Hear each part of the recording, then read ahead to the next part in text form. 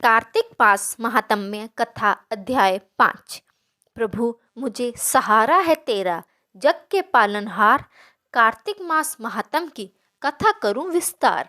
राजा पृथु बोले, हे नारद जी, आपने कार्तिक मास में स्नान का फल कहा, अब अन्य मासों में विधि पूर्वक स्नान करने की विधि, नियम और उद्यापन की विधि भी बतलाइए। देवर्षि नारद ने कहा, हे राजन, आप भगवान विष्णु के अंश से उत्पन्न हुए हैं, अतः यह बात आपको ज्ञात ही है। फिर भी आपको यथाचित विधान बतलाता हूँ। अश्विन माह में शुक्ल पक्ष की एकादशी से कार्तिक के व्रत करने चाहिए। ब्रह्म मुहूर्त में उठकर जल का पात्र लेकर गांव से बाहर पूर्व अथवा उत्तर दिशा में जाना चाहिए। उसके बाद जो मनुष्य मुख शुद्धि नहीं करता, उसे किसी भी मंत्र का फल प्राप्त नहीं होता है। अतः दांत और जीभ को पूर्ण रूप से शुद्ध करना चाहिए और निम्नलिखित मंत्र का उच्चारण करते हुए दातुन तोड़नी चाहिए। हे वनस्पते, आप मुझे आयु, कीर्ति, तेज, प्रज्ञा, पशु, संपत्ति, महाज्ञान, बुद्धि और विद्या प्रदान करो। इस प्रकार उच्चारण करके वृक्ष से 12 अंगुल की दातुन ले। दूध वाले वृक्षों से दातुन नहीं लेनी चाहिए। इसी प्रकार कपास, कांटेदार वृक्ष तथा जले हुए वृक्ष से भी दातुन लेना मना है, जिससे उत्तम गंध आती हो, जिसकी टहनी कोमल हो।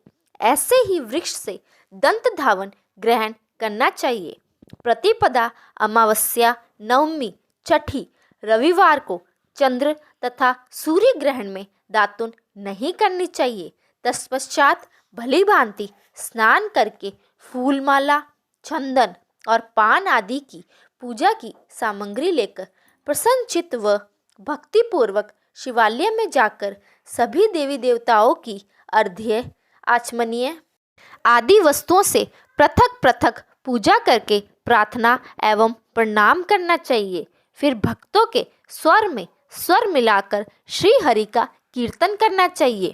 मंदिर में जो गायक भगवान श्री हरि का कीर्तन करने आए हो, उनका माला, चंदन, तांबुल आदि से पूजन करना चाहिए, क्योंकि देवालयों में भगवान विष्णु को अपनी तपस्या, योग और दान द्वारा प्रसन्न करते थे। परंतु कलयुग में भगवत गुणगान को ही भगवान श्री हरि को प्रसन्न करने का एकमात्र साधन माना गया है। नारद जी राजा पृथु से बोले, हे राजन, एक बार मैंने भगवान से पूछा कि हे प्रभु, आप सबसे अधिक कहाँ निवास करते हैं?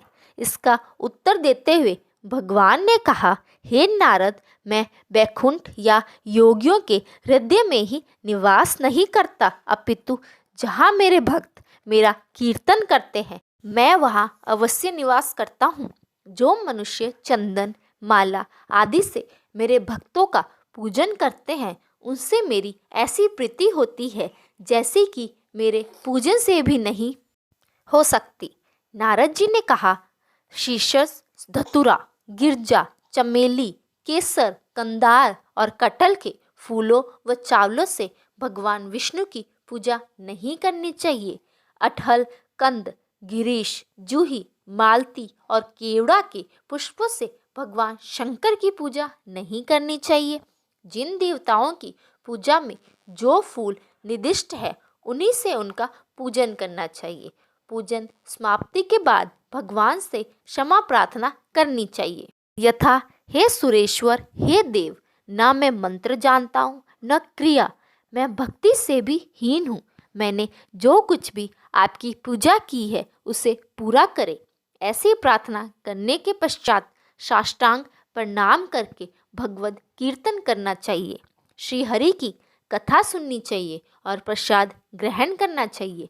जो मनुष्य उपरोक्त विधि के अनुसार कार्तिक व्रत का अनुष्ठान करते हैं, वे जगत के सभी सुखों को भोगते हुए अंत में मुक्ति को प्राप्त करते हैं।